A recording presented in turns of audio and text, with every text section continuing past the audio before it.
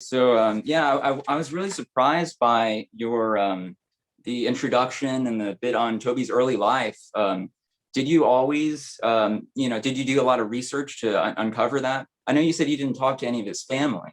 Yeah, unfortunately, so I kind of looked around when I first had the idea to write the book, which was in like 2014, 2015.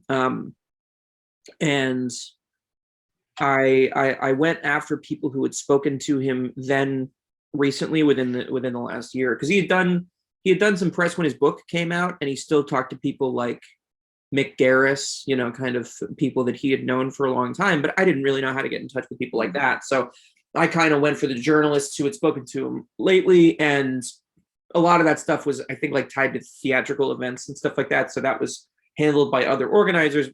Long story short, I never got around to talking to him, which was a huge bummer. Sucks. Yeah, so I did a little research by kind of trying to find the people who had collaborated with him. I met after the fact. I met a guy, Stan Gicia, or guys. I really, yeah, right. Yeah, who's a lovely individual who had worked with Tobe a number of times, and he was somebody that I wound up running little things by him and a fellow named John Wilton, and because they had this kind of insider perspective. Stan had worked on a couple of Tobe's movies. He was on the set for for Spontaneous Combustion, and those guys still talk to each other, and so it was extremely helpful. So, for instance, somehow it like a rumor got started or whatever that Tobe had directed the video for "Strap Me In" by the Cars. Right, untrue. How that happened, but I was able to talk to John and Stan and be like, is this at all true? And of course it's not. And they, because they were either there, or they they know their Tobeology. And there's a lot of myths like that out there. It's kind of hard to get to the truth. Yeah, and again, that sort of speaks to a general lack of scholarship about him. That it was really disheartening that when I went looking for all this stuff, there really wasn't all that much, to uncover. Back when, it was a rough time in a number of ways, film criticism in the 80s. But people like, for instance, the piece that I quote about Tobe's early days is by L.M. Kit Carson, who is this incredible legend of the independent Texas film scene. And he had written about Texas Chainsaw 2 for Film Comment. And it's, Oh, yeah. You have the quote in the first chapter. That's right. Yeah, I was really surprised you dug up his first wife's name. I'd never actually encountered that. Yeah, it was, and again, it was all stuff that just like by virtue of, or whatever the opposite of virtue is, of Tobe's reputation sort of falling, out of polite company, so to speak. It was difficult to find most things about him. You had to kind of look into, like, I remember going through, I'm gonna say it was like old newspaper clippings and stuff like that to try to find like the wedding announcement and stuff, to sort of have that confirmed. Did you go to Austin to research see any of the documents? If I had a budget, I would have done that. But I got paid, $1,000 for the first advance on the book. And that almost immediately went into rent. So it was and the thing too is that the initial publisher that gave me that advance then went out of business, which is why it took so long for the book to finally get published. But there's a lot of stuff. I don't know if you've seen, there's a new French book, and there are a remarkable amount of pictures in there about Tobe's early films, and his whole, and the 60s are basically laid out now. And it was a big mystery before. Did he go to UT? Did he not? But you laid it out pretty accurately from what I read there. It's pretty impressive. Well, that's good to hear. Again, we talked a little before the recording started, but there were things that I was aware I was not going to be able to find, simply because the people who were with Tobe in his early years, somebody like Lou Perryman and his brother, are no longer with us either. And so it was the accuracy of his sort of pre-Texas Chainsaw career stuff was going to require a lot of conjecture. And I just didn't feel like, because the book isn't a traditional biography, there really wasn't any reason for that, that I could sort of paint a quick, sketch of who he was, if only to later build an argument about what kind of a person he was when, the arguments about, poltergeist and stuff like that come up. And, I wanted to lay out a portrait of somebody who was very sincere in his artistry and in his desire to make, a certain kind of picture. And I a little while ago, I spoke to Suzanne Romero, who was George Romero's widow, I think his third wife. And she was saying that, said something kind of heartbreaking, which is that he wanted to be a motion picture director and he became a horror director. Right. That's heartbreaking. And that's true. That it just happens to a lot of them. I mean, even somebody like Wes Craven, who kind of gets that big, high profile step outside of his box when he makes Music of the Heart, doesn't really do well, and it doesn't really change the public's perception of him. When you make genre cinema, it is extremely difficult for people to kind of change their opinion of you. You have to fully step away from it. You think about the early Corman guys, like Francis Coppola, who started out with Dementia 13, and Peter Bogdanovich re-editing, doing Targets and Women of the Prehistoric Planet and all that stuff. That you really have to make a concerted effort to make movies that allow for the general public and the critical establishment to treat you as an artist instead of the guy who makes horror movies. Because once you kind of step in that, especially then, it was even more unforgiving, I think, than it is now. You're thought of as the horror guy, and they don't, then have to take you seriously. Obviously, there are always exceptions to that. There are a number of critics who did take horror seriously, but then, like, you think about Siskel and Ebert, who were on a crusade against slasher movies in the 80s, and they wound up panning things like The Howling, which is, to me, like one of the most sort of important films of that era, kind of closing out the 70s and seeing where Roger Ebert actually liked Chainsaw, though. He did like Chainsaw. Yeah, surprisingly. I think, and again, I think it kind of had everything to do with timing, because he also liked Dawn of the Dead. And I think when it was clearer that horror was being made by artists, people with a very distinct and pronounced political point of view, I think he did kind of dig into that. But I think when it became this onslaught, and also it was sort of culturally popular to take a stance in opposition to what horror was becoming, I think there was a sense that it was no longer serious. And so at that point, it was kind of no more Mr. Nice Guy from a lot of American critics about horror, which is, of course, a shame, because some of our most interesting, films come out of that period. But again, that didn't help Tobe any. Yeah, he never set out to be a horror director. They just did Chainsaw because it was marketable and with their budget. But he always said his first film's a comedy. And there's an interview from 1975 outside of Cannes Film Festival, and he's talking to a New Zealand reporter and saying, my next film, we're going to do something completely different. But him and Kim's deals, they fell apart after Eaten Alive. Yeah. It kind of sucks. He did an interview with Mick Garris, I don't know if you saw recently, and he asked, what's your dream project? And he said, my version of Great Expectations or something. Yeah, I mean, he could have, and it's funny, I was talking to my friend Ben Sachs about that, about his desire to make a Dickens film. And he pointed out something, that had up to that point sort of eluded me, which is that The Mangler kind of is a Dickens film. It is sort of David Copperfield, that just the whole idea of escaping the workhouse and all that. Of course, it's got that same sort of fairy tale character of something like Christmas Carol or something like, and certainly the Robert Englund character is nearly Scrooge-like in the way that they draw him. He's a very garish and outsized caricature of the kind of evil capitalist in the same way. So there is that Dickensian streak running through so much of Tobe Hooper's films, again, which speaks to him being a much more complicated figure than I think people wanted to treat him like. And I think when you do things in that very bold fashion, people, they take it as permission to not take you seriously, which is a shame, because again, that's where so much of our best work gets done. You think about, for instance, Joe Dante becoming, a sort of slightly more serious, filmmaker by making Matinee and getting, good reviews but terrible box office.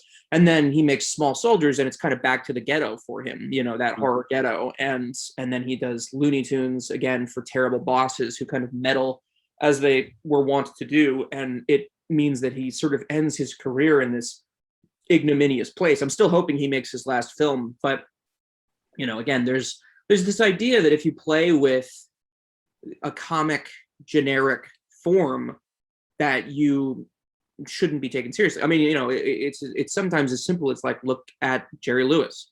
That was somebody that the French always understood what he was doing and treated him very seriously as an artist, and Americans just didn't, because they didn't find him funny. Which, it's difficult, I think, for Americans to separate that stuff. It's that knee-jerk thing. I didn't laugh when the joke was presented to me, and thus the rest of this enterprise can't possibly be worth my time to dissect what he's doing. And like, I'm not even the world's biggest Jerry Lewis fan, but there's no denying that there is a level of artistry being applied there that is all but alien today. Right. I agree. When did you realize, though, that artistry was there? It seems like you did as well with, of course, the big horror directors, Wes Craven, John Carpenter. Were you always familiar with the more obscure numbers? Like for Tobe Hooper, for example, did you, always know about his later films, like The Mangler?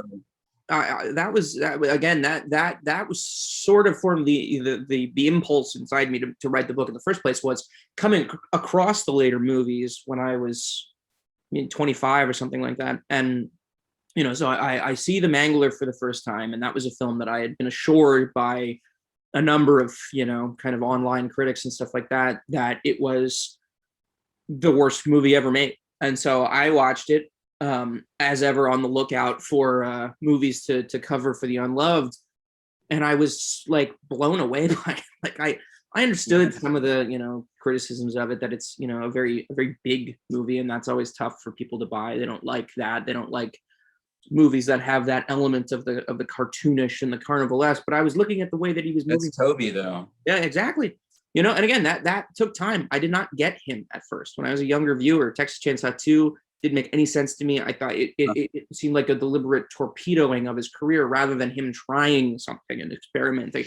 But I was looking at the way that in The Mangler, he moves the camera. And it starts out one of the most beautiful, elegant, it's a crane shot where it starts at the top of the factory and then goes all the way through and shows you this beautiful piece of production design, this living, breathing machine, and all of these extras and everything. I was like, this is magnificent. Like, I genuinely, I had all these other filmmakers running through my head while I was watching it. I was reminded of Pedro Costa and Max Ophuls and Orson Welles and Edgar Ulmer. It just had this thing where it was like, my God, this movie is like a lightning rod. I just sat bolt upright. I couldn't kind of believe how beautiful this movie was.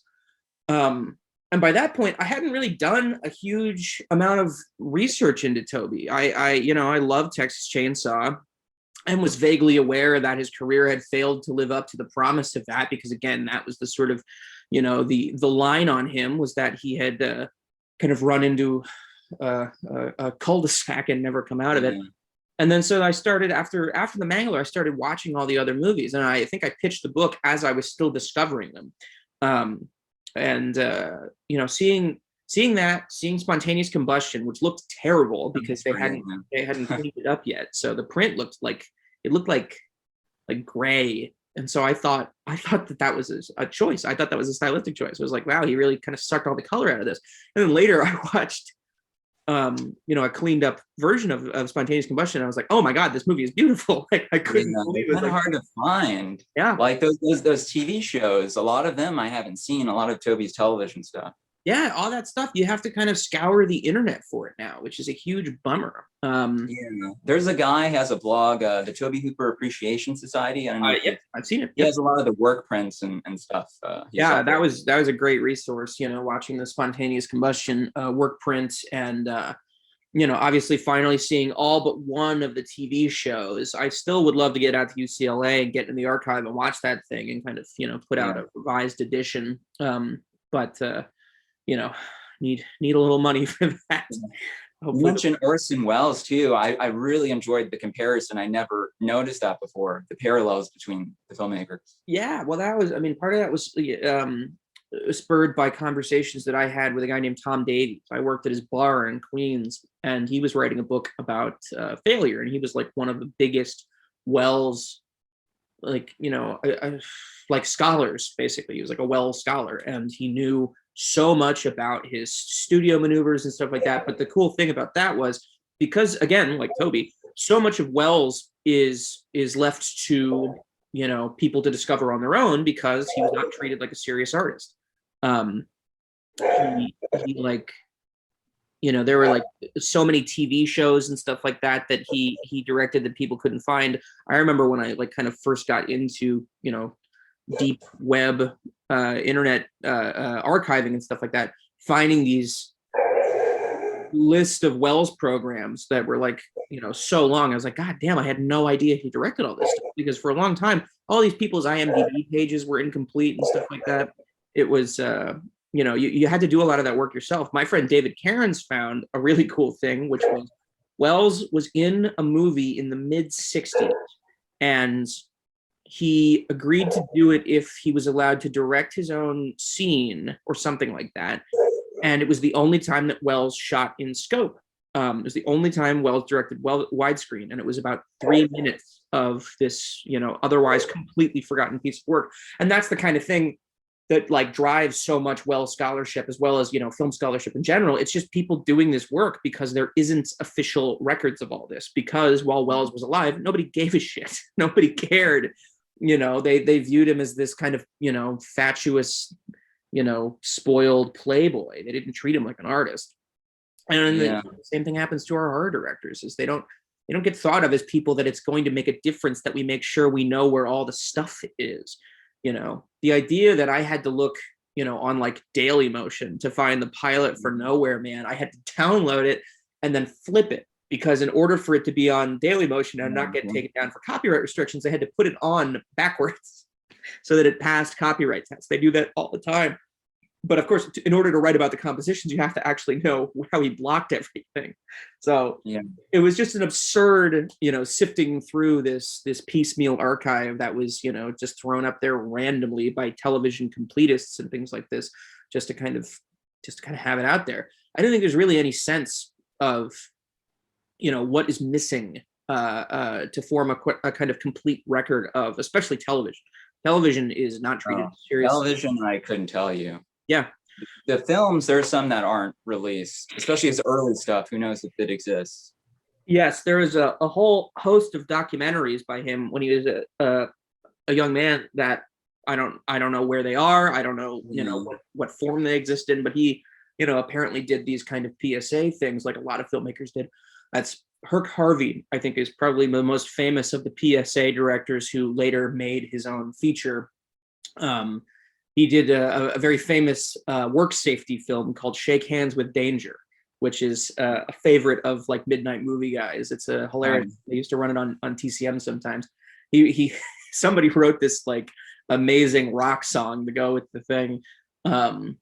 And you can see a lot of like the commercial grammar of the 90s being formed in the minds of people watching this old PSA. But then he directed Carnival of Souls. He made all of these PSAs. That money. Yeah, and he made Carnival of Souls, which is one of the great films.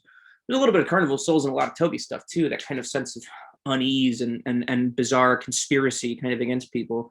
So I always felt like Salem's Lot. There's a little Carnival of Souls in Salem's Lot. But yeah, so it was kind of a tough process, because again, there's fans. There are people who are just fans of the work, and that makes up the bulk of the scholarship on Tobe Hooper out there, is people who just really loved what he did. There weren't books really. I mean, there's that one, the Eaten Alive at a Texas Chainsaw Massacre or whatever. And I applaud that guy for getting out there first and doing this. And I know that there was a book published in Italian sometime in the 90s about Tobe Hooper, and he was, I think at that point it was believed that he would continue to keep making, movies at the same kind of budget level and things like that. But, so much has changed.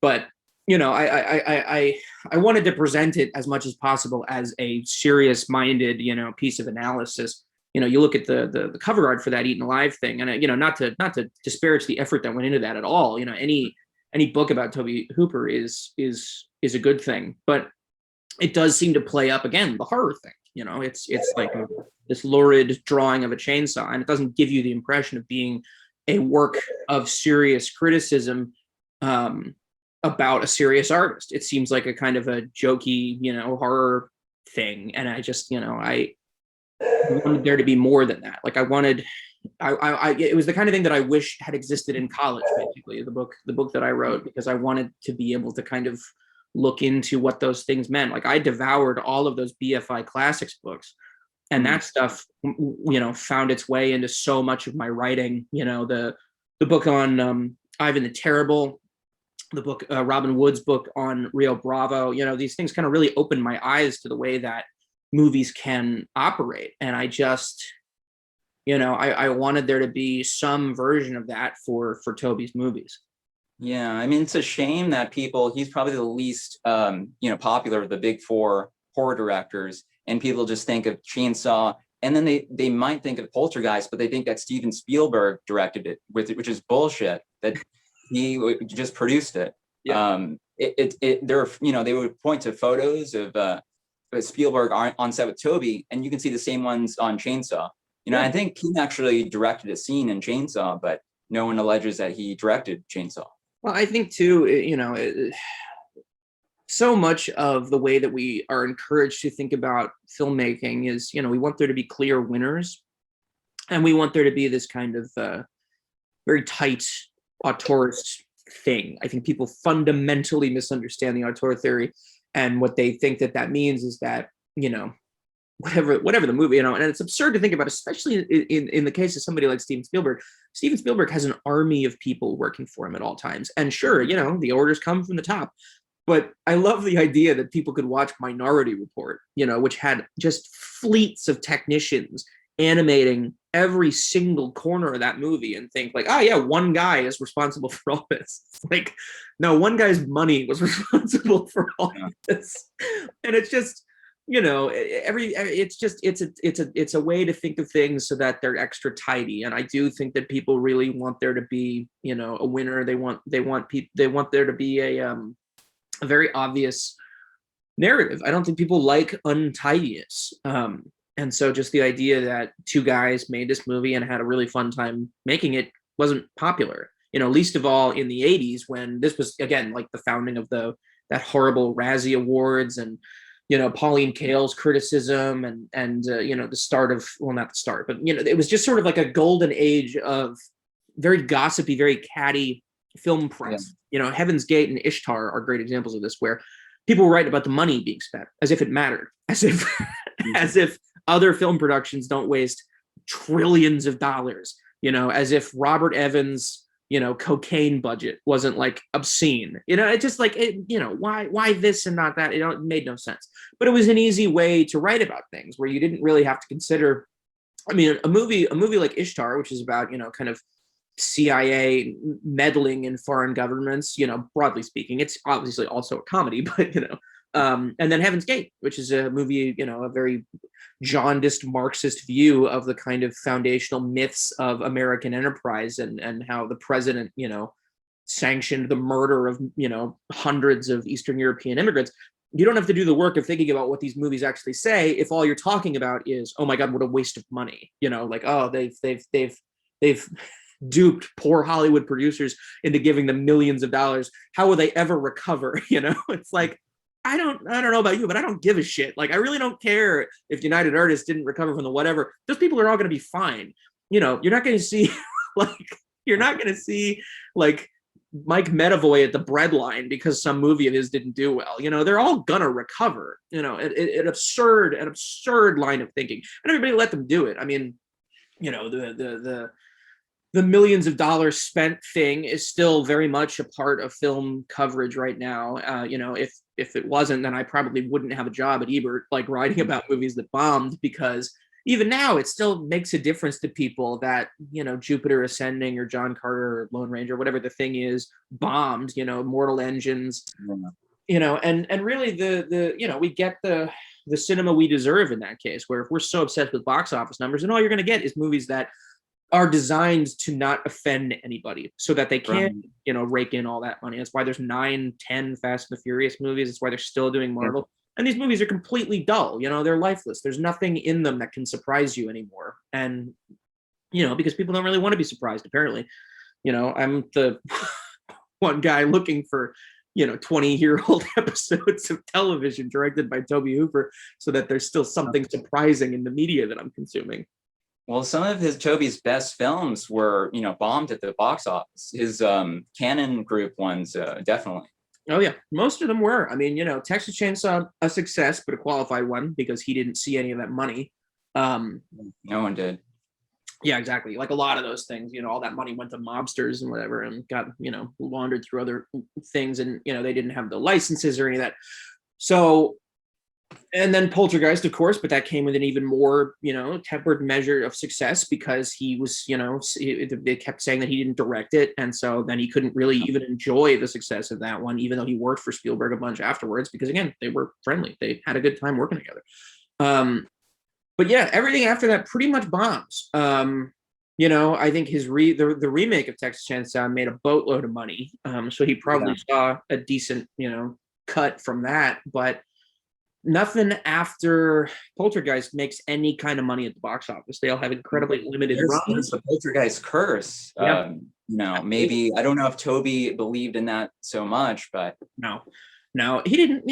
He was a very down to earth kind of guy. He just wanted to do the work.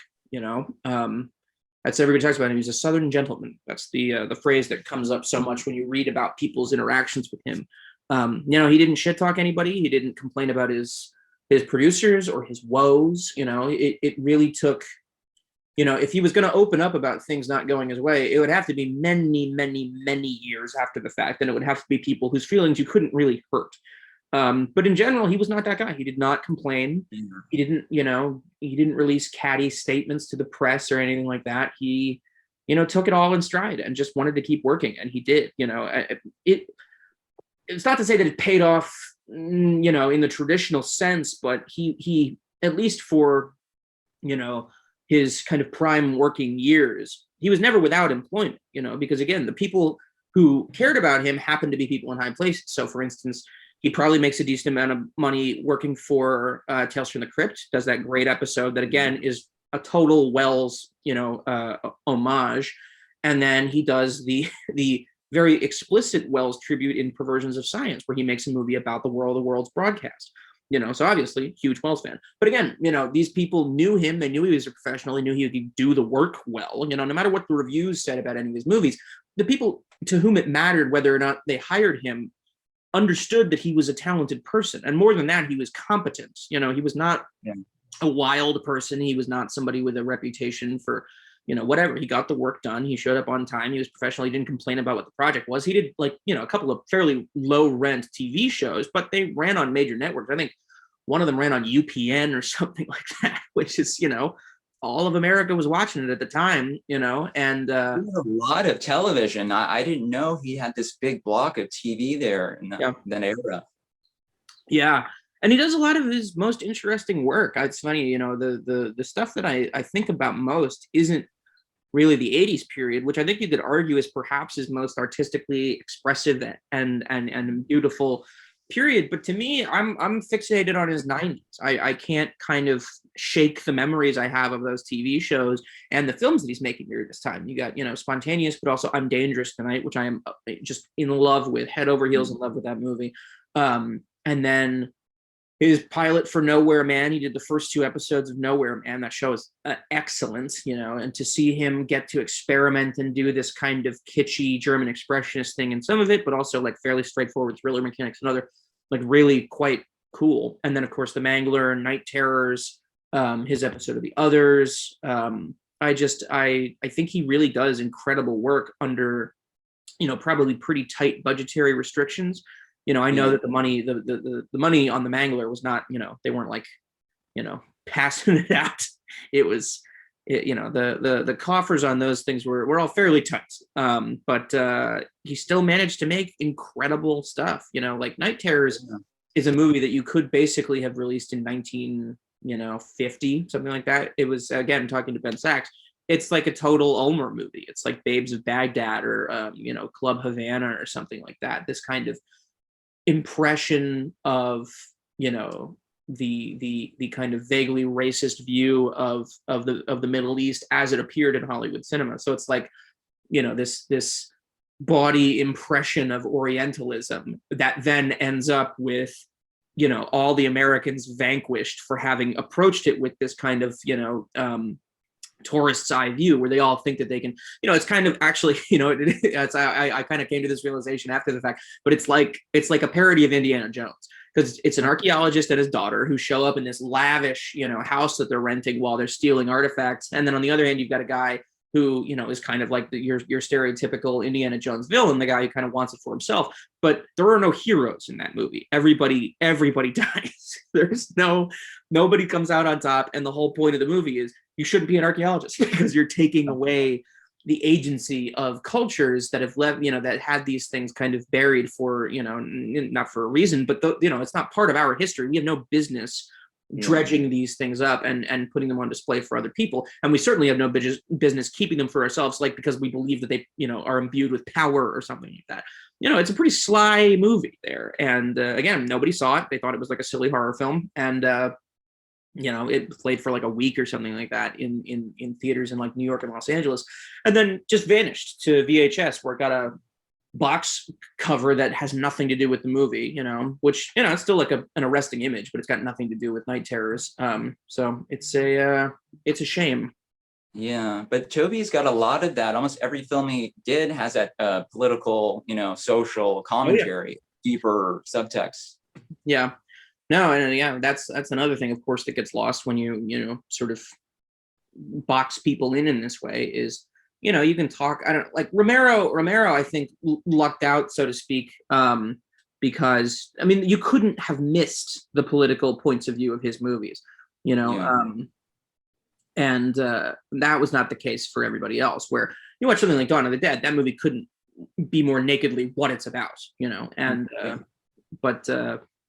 That's just, I don't know. Everybody else, they took a look, The Mangler. The Mangler is one of the most like Marxist movies ever made. That movie is practically an adaptation of the Communist Manifesto, and again, because it's about a haunted laundry press, nobody cared. It just makes my head hurt sometimes. Yeah. Well, he always had strange movies. Tobe was like a strange, eccentric guy, and in the best way possible. But I really dig his personality. I wanted to go back though to the early Tobe and Austin. You write a lot about the Texan 60s bands. How do you get into those? I worked at a record store for almost 10 years. I worked at Siren Records in Doylestown. Whenever I would come back for like the winter and summer breaks from school, I would go back to work there. And after I graduated, I stayed there for basically right up until I moved to New York in 2015.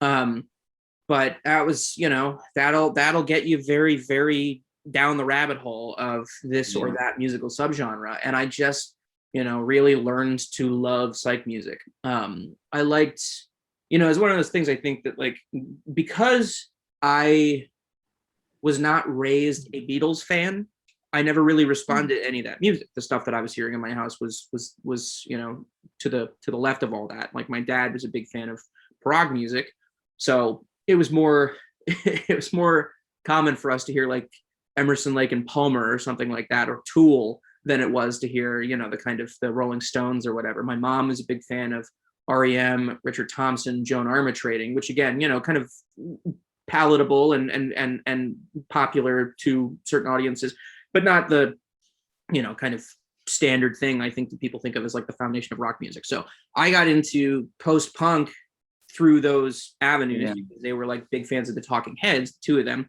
And then, when you start to hear the influence of bigger rock bands and other things, I started to respond to the way that people were reinterpreting them. And I found that a lot of Texas psych music kind of took the foundational rock stuff and moved it into this cooler place. You look like the early ZZ Top band, which I think The Moving Moving Sidewalks. Yeah, Sidewalks, that's yes, interesting. incredible band. Those were the guys that that's Hendrix got to hear them and said that Billy Gibbons was like his favorite guitarist or something like that. Yeah, Just like he hearing. really knew Hendrix and played with him. That's right. That's right. They toured together. They used to like play guitars together in the hotel after the gigs and stuff like that. And so just hearing, for instance, like that Josephus record or Josephus or whatever it is I'm that was like, surprised you mentioned them. I fucking love that album so much. That like It's good. that to me is like what rock music was supposed to be, kind of like broadly speaking, was just like, they're doing the Stones covers. Like Blue Cheer was kind of like that too. I love, like, obviously, but just that idea of like taking, whatever the popular song is, Gimme Shelter, and just playing it the loudest volume possible. No tone, no nuance, just fucking destroying your speakers and playing those tunes. I was like, this is awesome. This is exactly what people should be doing with rock music. It's like, yes, on the one hand, Beggars, no, what is it? Yeah. Exile on Main Street, that record, obviously very carefully produced and all that. And quite lovely for that and quite impressive. But there was just something so seductive about these people who were just having these like records that just seemed like guys in a house just fucking knocking the walls down with their amplifiers. The Red Crayola was another one where I listened to them when they're great. I listened to a lot of that stuff again when I was getting into post-punk music because their later stuff was kind of vaguely roped in with like James Chance, like the no wave stuff, because it had that kind of edge to it, that sort of aggressive, asymmetrical, percussive sound, like a lot of the post-punk guys did, Mars and to a certain extent your early industrial stuff. Like it wouldn't have been crazy for the Red Crayola and I'm blanking on the name, Genesis Porridge. What is the name of the band? This is going to drive me crazy. It turned into Psychic TV. Throbbing Gristle. Jesus. Right. That was embarrassing. Throbbing Gristle. It wouldn't have been crazy to think of Red Crayola and Throbbing Gristle on a bill together. They did a lot of a wide variety of stuff, but later on, it's mostly the main guy, Mayo Thompson. Exactly. But they were the only band on that label, International Artists from Houston, who was run by Kenny Rogers' brother, Leland. That's right. To not drop acid. They were art students from the University of St. Thomas. They couldn't play their instruments. I don't know if you've heard the whole Berkeley story where they the announcer spoke over their set because they were like amplifying a block of ice dripping into something, and they had feedback ringing out, and didn't realize they were playing live. And when they were playing at John Fahey, and they played at a bar, and the bar owner actually paid them $10 to stop playing because he was it was ruining people coming in. There's so many crazy stories, but I'm sure you're familiar with the 13th floor elevators. Probably the biggest one. Yeah, they were like the Birds. They were the Birds of that scene. They were the big public face of the Southern psych scene. Well, the first psychedelic rock started in Texas, and they're the most people talk about the Grateful Dead, but no one was as crazy as Tommy Hall, where they're all tripping on acid every performance, every concert, and they wanted to play the acid, and it's crazy. It's the craziest band I've ever heard of their story. And the thing too, like there's a degree to which you can kind of listen to some of that stuff, and it ages in as much as nobody plays guitar like that anymore. They don't record albums, but the kind of the fundamentals of what made those bands so cool really hasn't aged. And something like just those guys playing the instruments the way that they did is still sort of like arrestingly fresh. It still sounds like just exactly the kind of thing where you put on a record with that album cover and you're just like, what on earth is this going to be? And it's exactly what you expect. We're just like, this is so cool. It's great musicians. And just like so kind of, I don't know, just interested in in that direct kind of communication between, you know, your ears and the sound. There really wasn't much that got in the way of that experience of presenting everything so sort of like upfront. And watching Eggshells and hearing that score and kind of realizing how adjacent to all that stuff, and that Tobe probably was going to those concerts, you know, like when those guys were coming out. There's a connection there. Exactly. I know with Rocky Erickson, actually, I don't know if you looked at the credits with part 2 and part 4. There are Rocky songs that aren't in the film. And Rocky, the first comeback show he played in 1974 after getting out of Rusk, the mental institution, was at, I think, the Ritz Theater in Austin, where Tobe was there premiering Chainsaw. That's kind of cool. because Rocky loved horror movies. He created a horror rock. That's right. I remember. Yeah, he was a big cinephile in that way that like some of those people are. But yeah, I just think that they were completely simpatico, especially when you think about the way that Tobe sound designs. I mean, yeah, if you listen to just the score, like if you took the isolated soundtrack of Texas Chainsaw, it would sound like a Psych album. Like it would sound like one of those Texas Psych albums. You know, the way that they play with the violin, the sound of the saw itself, very much, you know, a part of that, and also just like the idea of wielding a chainsaw has this kind of guitar energy to it. You know, the way that he filmed Gunnar Hansen and later Robert Jacks with the chainsaw, it's got this very, you know, kind of phallic rock star quality to it, you know. Obviously he's playing with all these things. It's not presented, you know, unironically, but there's very much that connection to all those things. And I think it's why, you know, he occasionally would do music for his own movies, because he really connected with all that stuff. And he understood film to be as much an audio oral experience as, you know, as a visual one. And there was almost nobody better than all that stuff. He hired amazing composers, Henry Mancini doing that incredible score for Life Force. You know, he really got it. I mean, the other thing too is that the soundtrack album for Texas Chainsaw 2, oh, it's great.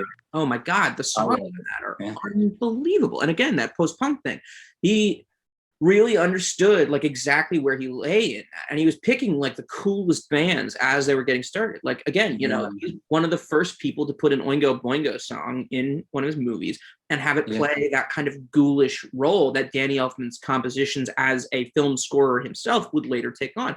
You know, you can kind of see Tim Burton's whole playbook being laid out in that scene where Leatherface is on the back of the truck, you know, attacking those guys with the saw while the Oingo Boingo song plays. It's got that ghoulish, you know, parade quality to it. And that was so much what, you know, later Tim Burton and the kind of, you know, waves of imitators would come to look like. It's just that sort of really, really strange, pathetic quality of heads being sawed off while people are dancing to, you know, this kind of festive, spooky music. But then also you've got like the Timbuk 3 song that opens that, and the Cramps, of course, are in that, because you can't, you know, like, but that was just, again, he was so in tune to the sound of, you know, horror and horror fandom, and understood the bands that were on that same wavelength. You know, I think that like the same thing, really, post-punk and psych, it's all experimental music. That's exactly right, especially in that part of the world, you know, where when you were going to get your Texan and Southern California, you know, Tex-Mex, like Wall of Voodoo and stuff like that, you know, it was going to come with a fair degree of experimentation, no matter what the genre was. You know, one of my favorite songwriters, a guy named Stan Ridgway, another person, you know, I inherited those CDs from my dad and my mom, who loved Wall of Voodoo and Stan Ridgway's later stuff. He was another guy, big cinephile, same thing. He understood that being an artist meant cultivating sort of every element of your persona. So like he had a great song called Lost Weekend, which was sort of, you know, an adaptation of the Billy Wilder film. But he also would do these incredible, like he does this beautiful orchestral version of a Kurt Weill tune. He does, what is it? The Soldier's Song or something like that from Three Penny Opera. And he does it with the muted trumpet and all that stuff, and the kind of marching drums and everything. Like, and that's, again, it really did take somebody from the South to do something like that. You know, with the Brechtian thing, which is again a huge part of Tobe's whole artistry, is, you know, making people aware of the apparatus of filmmaking. That's why machines are such a huge part. Again, you know, Texas Chainsaw 2, The Mangler, there's just this sense of the big machine at the center of the universe. And for Tobe, it was the camera, you know, in that same way, but also chainsaws and all that. They are, they stand in for each other, all through his body of work. Yeah, he had a good intuition about sound. He wasn't a musician per se, but he said he would play at instruments. They were doing crazy shit on a chainsaw score, prepared instruments, avant-garde, A lot of like John Cage, music concrete. Yeah, very much. Very out there. Yeah, I mean, again, because he was a Brecht fan, I imagine he was also pretty into surrealism and the music concrete stuff that you're talking about. And you can hear the prepared piano thing, them messing with the harp of the piano being on the inside, which is the oldest trick in the book as far as your avant-garde composer is concerned. It's funny to think that right at the time that he was doing that, John Cale was doing the score for Caged Heat by Jonathan Demme, and they're not dissimilar. The sounds that they were coming up with are pretty similar. John Cale was obviously he was the viola player for Velvet Underground, but he's also a classically trained avant-garde composer.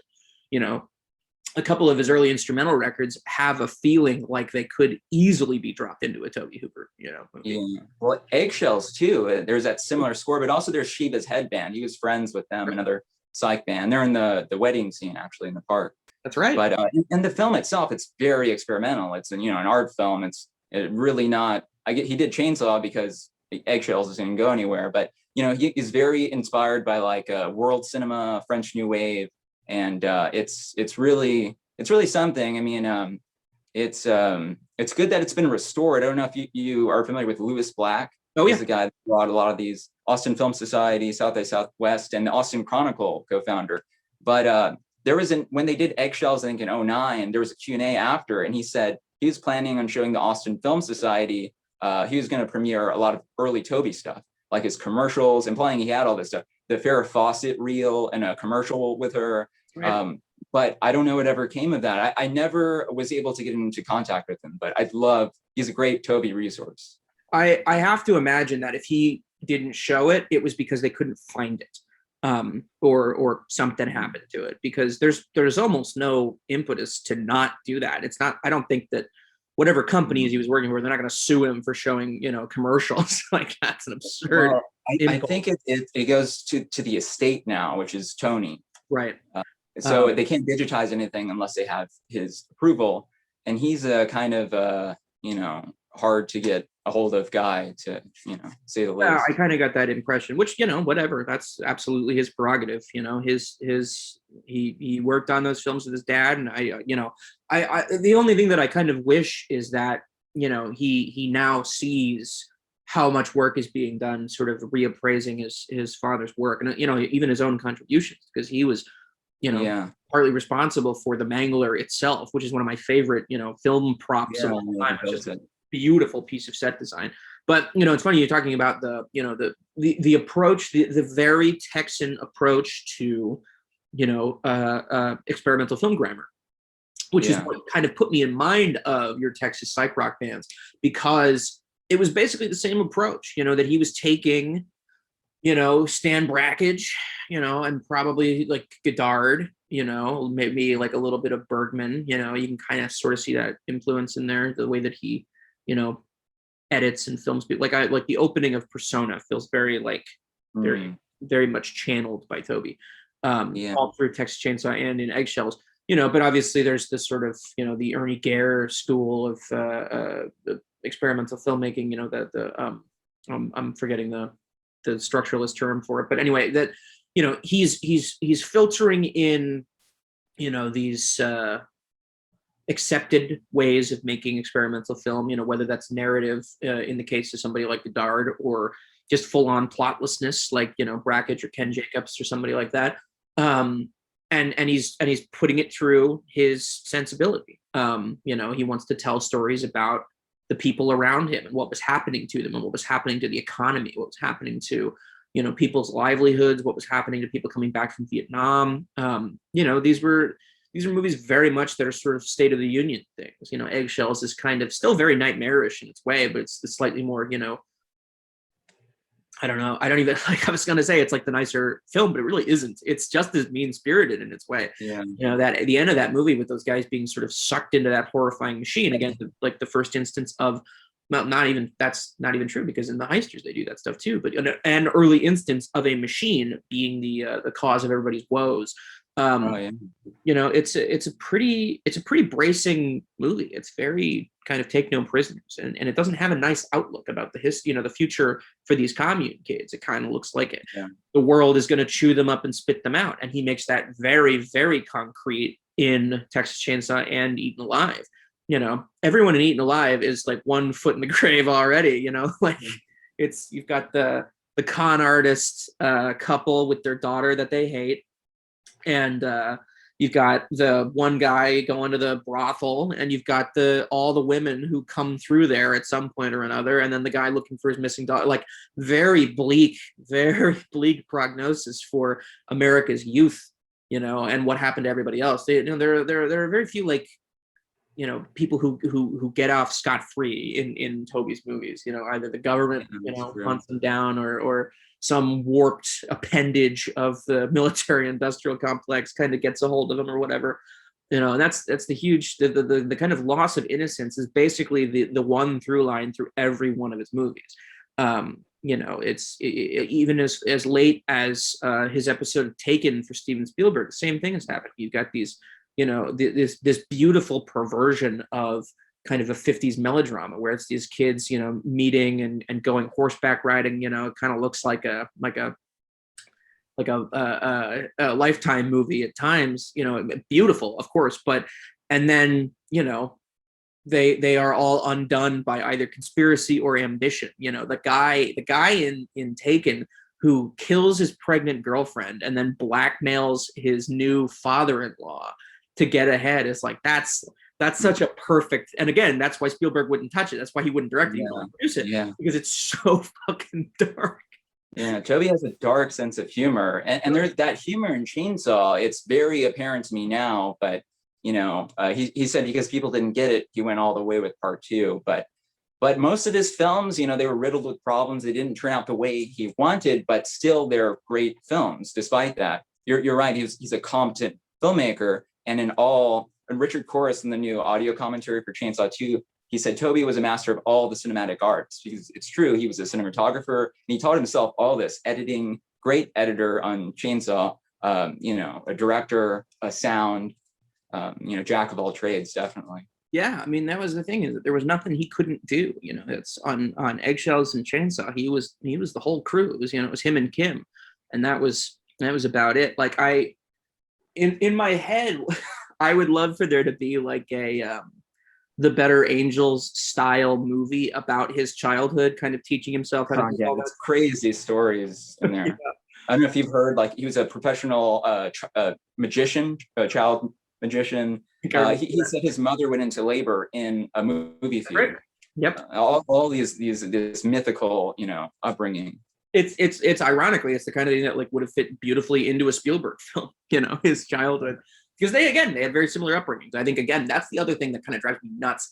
The way in which we allow ourselves to romanticize certain people, the Spielberg upbringing, the Scorsese upbringing, the Coppola stories. I think that when we like the movies, we really want to hear some cute stories about their burgeoning love of cinema. But there's no roving exhibition of the Tobe Hooper archive or whatever. You're not going to see his childhood, Bolex or anything on display at the Museum of the Moving Image. I mean, fingers crossed that might still happen, but that's it really is interesting. As violent as Scorsese's movies are, he was allowed to operate outside of that system and show people other sides of himself, where when it came time to do, for instance, The Age of Innocence, it took a little doing, but he really, really aced that assignment. Kind of, the cultural memory is short, so people forget how beautiful that movie is, and they forget that he made it. So it's not like it quite paid off, so to speak. But when you're allowed to do that, I think you become a figure more broadly accepted by culture. But Tobe Hooper didn't get that chance, and so he isn't, a kind of beloved figure in the same way.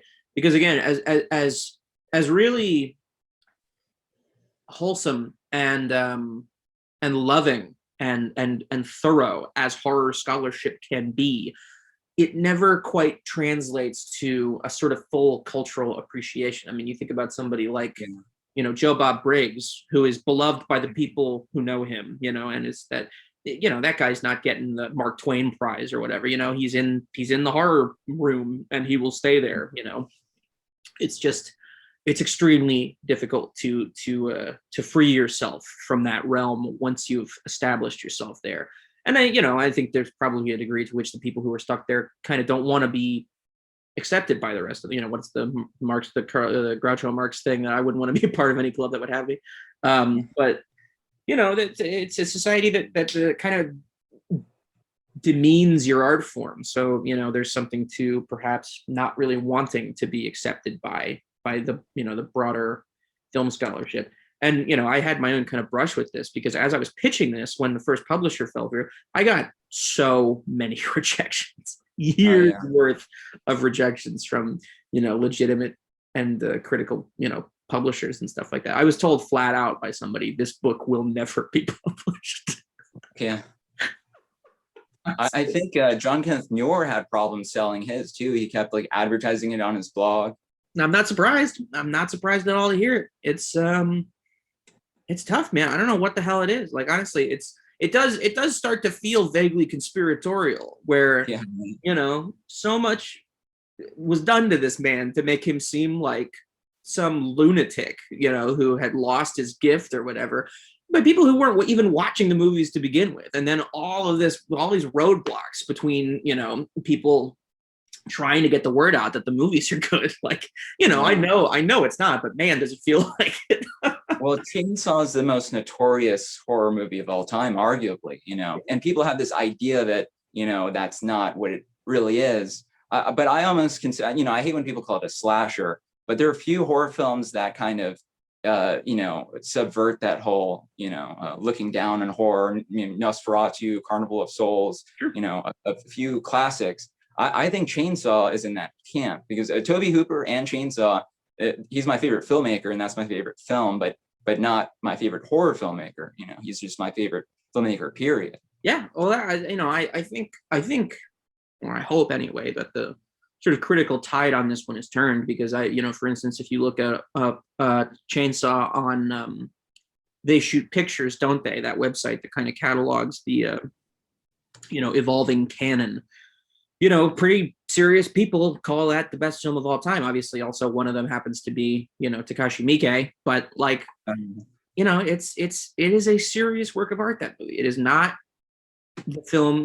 I've seen it gets roped in, not wrongly, with the proto slashers. Your Bay of Blood by Mario Bava and stuff like that.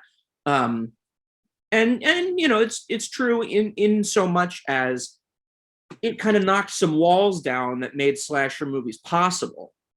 But it is not, of course, a slasher movie. If they stole the formula from Texas Chainsaw, that's fine. They didn't also steal the craft, and that's what makes that movie. Those performances, the way that he uses that camera, he and Daniel Pearl, man, absolutely writing this incredible psychedelic odyssey with that camera. It's a beautiful film. It's stunning. Yeah. It's all of the optical effects and things like that, and the close-ups of Sally Hardisty's eyes and things like that. These are not normal impulses in horror at that time. That's my dad instilled this in me very young, which was, you want people to understand why The Godfather was viewed as the greatest film of all time. You learn almost nothing by watching it. What you need to watch is every movie that opened the week before. Yeah. See what it was up against, and why people were so blown away by the stylistic choices and all that stuff. You watch mob movies with Kirk Douglas or whatever, and you're just like, oh, that's why this was such a huge deal, because beforehand all these mobster movies were these broad, daylight, bright red blood, written by people who had never met an Italian, and that's, you look at the broad swath of early 70s horror, and there's a lot of great stuff. Great stuff. I think of Messiah of Evil, which is a favorite of mine. That's a beautiful movie, but the craft isn't really all that uncommon. You know, I think if you had handed that movie to almost any, you know, kind of worth his salt horror filmmaker at the time, you would have gotten a similar result. You know, it's the little choices that make that movie so special. You know, the bizarro performances and the you know, kind of the arresting quality of the images and the oddness with which things transpire. Some of that has to do with not having money and blah blah blah blah blah. You know, or like Sisters. You know, Sisters, which transpires in full bright light at all times. You know, or you know, even like Baba. Baba had, you know, by Bay of Blood sort of abandoned the meticulousness and the gels and things like that, and so that movie doesn't have exactly the same kind of like fever dream quality of Black Sabbath or you know, Blood and Black Lace or something like that, or even like, you know, the what is it, $5 for an August Moon or whatever that movie is called. You know, Bay of Blood is odd. It's an odd film, but it's fairly straightforward. And then, you know, you kind of take in the early, you know, like whatever, Malatesta's Carnival of Blood, or that first Alan Rudolph film, Carnival, what is it, the Circus of Terror or something. All the Hammer films, Vampire Circus and Horror Frankenstein, and the last couple of Terence Fisher films, and you look at that and how broad and visible everything is, how deliberate every choice is, and how broadcasted everything is. And these movies, you know, they're wonderful, they're great, I love them all. Like The Crazy's another one, you know, a fantastic film. But you watch all of those and then you see Texas Chainsaw and you understand why that movie was a complete game changer. Yeah. Even in 1974 alone, it had a lot of competition. I think Black Christmas was that year. Black Christmas, but it was just so original. There to this day, there's nothing like it. It really, it's an art film. It's, you know, it's different than any other horror movie I've seen, any other movie. Yeah, to this day, it's difficult to think of something, you know, like I know Kiyoshi Kurosawa is a big Tobe Hooper fan, and not just Chainsaw, but the rest of the body of work too. I know he likes Spontaneous Combustion, I believe. And you can see in movies like Cure and Creepy, an attempt to be as distinct in its approach to horror as Texas Chainsaw, which again sets up this kind of, you know, idyllic scene, or at bottom, you know, a picture of relative normalcy, and then just so thoroughly corrupts it. And it's just, you know, like I think he gets there ultimately. I think with like Pulse and Cure and to a lesser extent Creepy, I really do think that he approaches the level of like kind of truly bone chilling terror that comes from that, where you've got this carefully constructed world that is absolutely then unseated, just like it feels almost intruded upon by the menace that they, you know, that they have in Leatherface. But it really, I don't, there's just, it is so invasive. Texas Chainsaw is such an invasive work, in the, you know, and of course the best way possible, where, you know, they're walking around, they're just doing their thing. They look like, you know, the fucking Scooby-Doo gang, you know, driving around in their van. And you know, they got the bell bottoms and the open shirts. They're just these beautiful, beautiful kids in their 20s. And, you know, and then he slips up the stairs and there's fucking Leatherface with a hammer.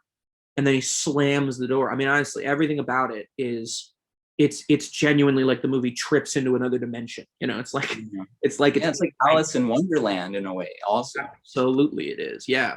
And he loved that stuff. He loved that, you know, falling into somewhere. He does it beautifully in Texas Chainsaw, you know, I'm sorry, Texas Chainsaw 2, where Carolyn Williams literally descends into their, you know, hellish realm there. She falls through the floor, you know, and he does that in Invaders from Mars too. Invaders from Mars has a lot in common with Alice in Wonderland as well, his version of that, you know, and some of the groundwork was laid by the William Cameron Menzies film from 1953, but, you know, that movie has like a Seussian quality, and Tobe's has a much more violent. Well, that whole descent thing in Chainsaw 2, Kim Henkel actually alleges that was in his script for their proposed sequel, Beyond the Valley of the Texas Chainsaw Massacre. I've always been looking for, you know, their pitch. I want to see if they have a screenplay to that. It's just such an enigma. You know what I would love? I don't know what happened to them. Did they have a falling out or what? I think that they just moved in different directions, because Kim did Texas Chainsaw 4. And so I actually like that one. Everyone hates that, but it's got the heart. It's got the humor. You know, it's a good satire. it's It's certainly, crazy too. well, yeah, absolutely. It's certainly itself, that's, I think, again, it's in order to understand a movie like that, as with, a lot of Toby stuff, it's that sensibility. Is if you're not willing to approach it like you would, like a piece of performance art, I think, it's extremely easy to misread its intentions, and also, the micro successes and things like that.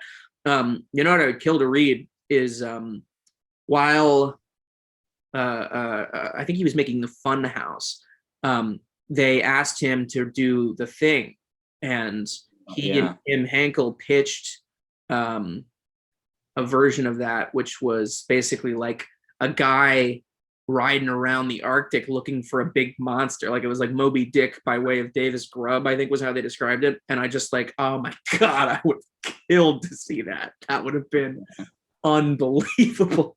Or his Spider-Man for Canon. That's right. I've seen him and Ken had so many ideas, though. I know. Well, they sold posters more than they made movies. You know what I mean? Canon would show up at the Cannes Film Market with 35, 40 posters in a big room and try to sell, overseas sales rights to all that stuff. There are a billion Canon posters for movies that never got made.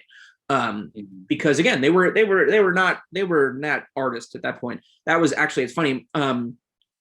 Menahem Golan was his one of his early movies, Tevye and His Seven Daughters, which is based on the same story that became Fiddler. He was at Cannes 68, and Godard and Truffaut shut Cannes 68 down. His movie never played. I think at that moment he decided he was done with the art side of filmmaking, because I think he was betrayed by these international artists, these titans of French cinema. And he's like, well, fuck it. If you guys can just show up and ruin my premiere, then what is the point of taking my art seriously? And you see him, he slowly drifts away. It takes him a couple of years, but then he, by the late 70s, is a total huckster, just a complete, snake oil salesman, selling the worst and most lowest common denominator shit to everybody who will buy it, because he realizes he can make money doing that. There's a lot of enjoyable films there, but yeah, they just shot in cheap places. I think in Israel, where they were from, and just low budgets, and just put out all these videos. And what's interesting, I didn't watch it, but the 2017 Leatherface, it was similarly, I don't know if they're related, the people behind it, but they shot it in Bulgaria because of the budget, and reminded me a lot of them. If I'm not mistaken, I think Bose Davidson had something to do with that one, because he was one of Toby's producers from way back, and he was an OG Canon guy. He produced Crocodile, and I think he might have been involved in some of the other ones as well. But I know that he was still Toby was still dealing with Canon money as late as Night Terrors, and then he shifts over and he works for whatever that company was that Bose ran.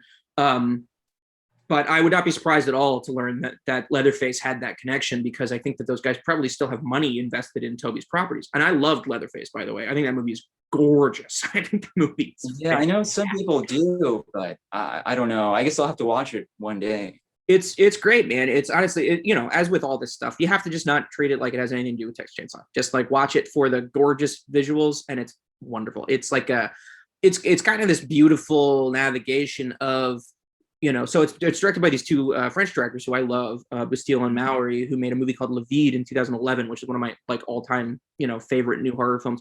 And what they did was they essentially made a giallo as if it was made in Texas. Yeah. So gorgeous, oppressive lighting and these incredible, gross, setups. I love when stuff like that happens. That to me is like the closest to getting back to the heart of exploitation. Something like the Spierig brothers making Jigsaw. They don't give a fuck about Saw. Nobody does. So instead, they just make this really beautiful little horror movie that nobody liked except me. It didn't look like Chainsaw. It reminded me of all these Hellraisers that were some other crime drama that were made into Hellraiser. That's right. Yep. Yeah, that was a fairly common practice. Speaking of fucking hucksterism, Jesus. But I like stuff like that. Obviously, when you're doing it straight to video, I think the stakes are much lower. But that's how you wind up with the Mangler 2, which is unwatchable. But I think that there's kind of something to the idea of handing young filmmakers, a thing, because that was, again, look at the Nightmare on Elm Street series. Every Nightmare movie went to somebody cool. Jack Shoulder, Rennie Harlan, what's her name, who made Tank Girl, losing my horror cred card all over the place here. I think that's one of the better franchises, A Nightmare on Elm Street. And of course, Tobe did the pilot to the TV series. Which is beautiful. Rachel Talalay, that's her name. God, my memory is going fast. I think Chainsaw 2, it's sort of, like Scream, but also Wes Craven's New Nightmare a decade or so before. Sure. It was ahead of its time in many ways. Absolutely. But with whole part 2, I could never understand why Canon owned part 2, yet New Line picked up in 1989 with the third one. I believe Texas Chainsaw 2, I believe, was a huge loser at the box office. So I imagine that when New Line showed up to buy it, Canon were absolutely willing to part with it. Is my read on that situation, as sometimes happens. It's like, I think about Dino De Laurentiis used to do that all the time. He would buy properties, make movies that didn't do any business, and then sell off the properties, and then the next person who got them would make a mint off of them. Because it seemed like Tobe had a shitty deal with them, but I don't know if you've seen the documentary about Canon recently. I saw Mark Hartley's doc. I'm not sure who did it. I think it was, I forget what it's called, but Tobe was speaking about them very favorably, saying, oh, these guys love making movies. But all of his films, they butchered, supposedly, and they kept taking money away. Life Force was his most grandiose production, and then Invaders from Mars was less, and then Chainsaw, he barely had anything, and the shoot was crazy. It was like a few weeks or something. Yeah, well, I think the thing is, again, they were fans of the art, and I think they liked art films. And it's funny, actually, I perhaps wrongly psychoanalyzed Menahem Golan hating Godard, because he actually paid for a later Godard movie. But they did like movies, they did, and they made a bunch of garbage for sure, but they also directed some of it too, like Delta Force or whatever the thing is, and I think Golan made a couple of Charles Bronson movies or Chuck Norris movies. I can't remember. Still, those are good. They have soul, today. And they're today like that don't. Yeah, and they're frequently beautiful to look at too. They were hiring good people. You think about like as thoroughly evil and corrupt as those Rambo sequels are. Those are beautiful movies. They got Jack Cardiff to shoot those things. And I think that was the thing, is that when you're making movies for nothing, I think you can spend the money a little more judiciously, where you're not catering to the egos of maniacs, unless you're working for Stallone, who is, the king of the conservative, insane people, who nevertheless had a couple of decent instincts every now and again. That's Golan and Globus, I think that they genuinely did understand the difference between good and bad art. I just don't think they cared particularly, because they also gave money to Cassavetes to make Love Streams. It was one of the best films of all time, And I think in the case of Life Force, probably what happened was they were seeing rushes and didn't understand it, and they were like, "Oh, we got to sync this," Yeah, Chainsaw too. Yeah. And but they cut Life Force though for the U.S. Premiere, and only recently did I watch the Blu-ray that has Tobe's director's cut, and it's a completely different film. I could never watch the other version now. It's a beautiful, stunning film. It's like a Ridley Scott-esque. Yeah. That's, and again, that's what happens when you're trying to cut a movie that you think people want to see versus, again, trying to make art, trying to make your art. I got to get my hands on that director's cut. I think it might be out of print now. Same with the Chainsaw 2, the Scream Factory stuff. Right. But I only wish Tobe was still around to see this reappraisal of his stuff. But I know in 2014 at Cannes, I don't know if you saw he got a standing ovation, and Nicholas Winding Refn introduced him. And he's the only other guy I know that just is obsessed with Chainsaw, in a similar way to myself. But he said beautiful things about Tobe in his film. And Tobe said, thank you all. I love you all. I may even go and cry. I think he really got the, what he deserved to have gotten in 1974. Well, that's a beautiful story, and I'm very happy to hear that. You never know really that people understand the kind of outpouring of love, and it's really cool to live at a time where there are competing Tobe Hooper books that really have the same mission, which is to get people to really give these movies another shot. And I'm really grateful. Again, as always, the French are a little ahead of the curve on that, because they so don't care about anything but the art that it sometimes seems borderline sadistic. as when they gave fucking Roman Polanski an Oscar. But you know, they do appreciate the artist over there, and it's really, really cool to hear that he got that standing ovation, because if anybody deserved one after the career that he had, it was Tobe Hooper.